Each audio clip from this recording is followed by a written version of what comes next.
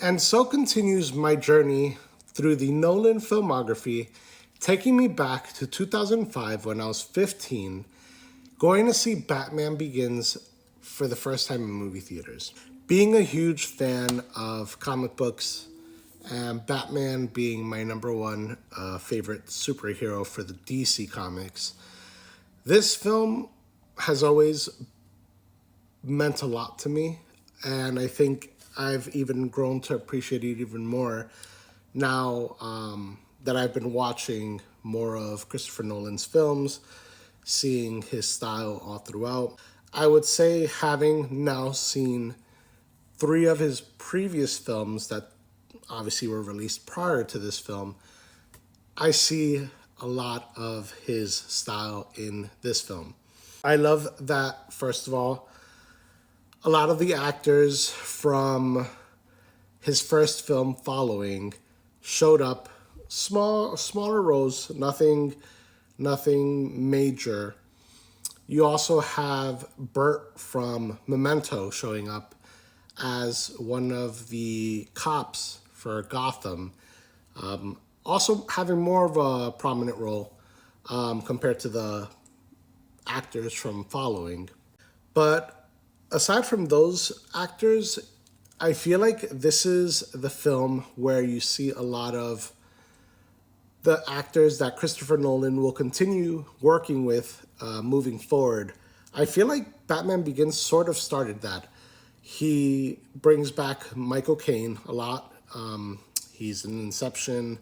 He's in other films that he's done. We also have Cillian Murphy, who also shows up in Inception and ends up going on to be Oppenheimer along with Christopher Nolan. And that's just to name a few. But this film, I sort of feel biased because of the fact that it's a comic book film. I feel like they did it justice. The cinematography all throughout, the score done by Hans Zimmer, the practical effects used, of course, there is some CGI throughout, but I felt a lot of the work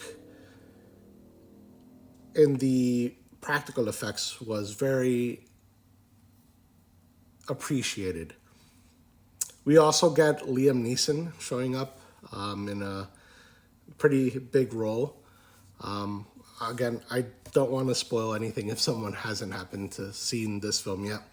But yeah, so this film has a lot of A-list actors. I will say I do have a gripe with Katie Holmes, and I didn't notice it the first, like when I first initially watched this film. But her acting is not on par with Christian Bale. It's not on par with Morgan Freeman, Michael Caine, Cillian Murphy, etc. So I think it now makes more sense why she wasn't brought back for the following film. But saying that, again, you do see a lot of Christopher Nolan's signature style. Even though it's more of a comic book storyline, you still see it sprinkled out.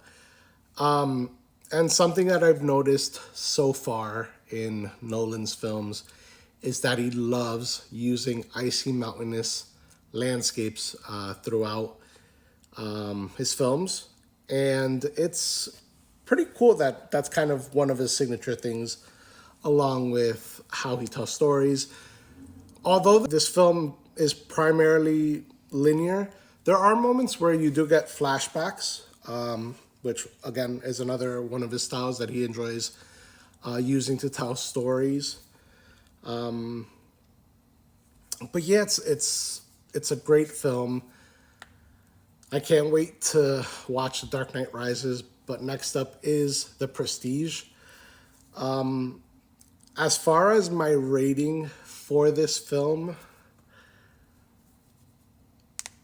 I don't know if I can be unbiased and simply say I'm rating it over Memento, because Memento is still so great. I don't know if I can give you guys a ranking or a rating yet. I just enjoyed this film so much, and it's unfortunate that I haven't seen it in so long that I forgot how much I appreciated it, how much I appreciated Christian Bale as Batman, how much I appreciated just this interpretation of Batman in general. So I'm so glad that I'm doing this journey, and I'm so glad that I got to watch this film once again.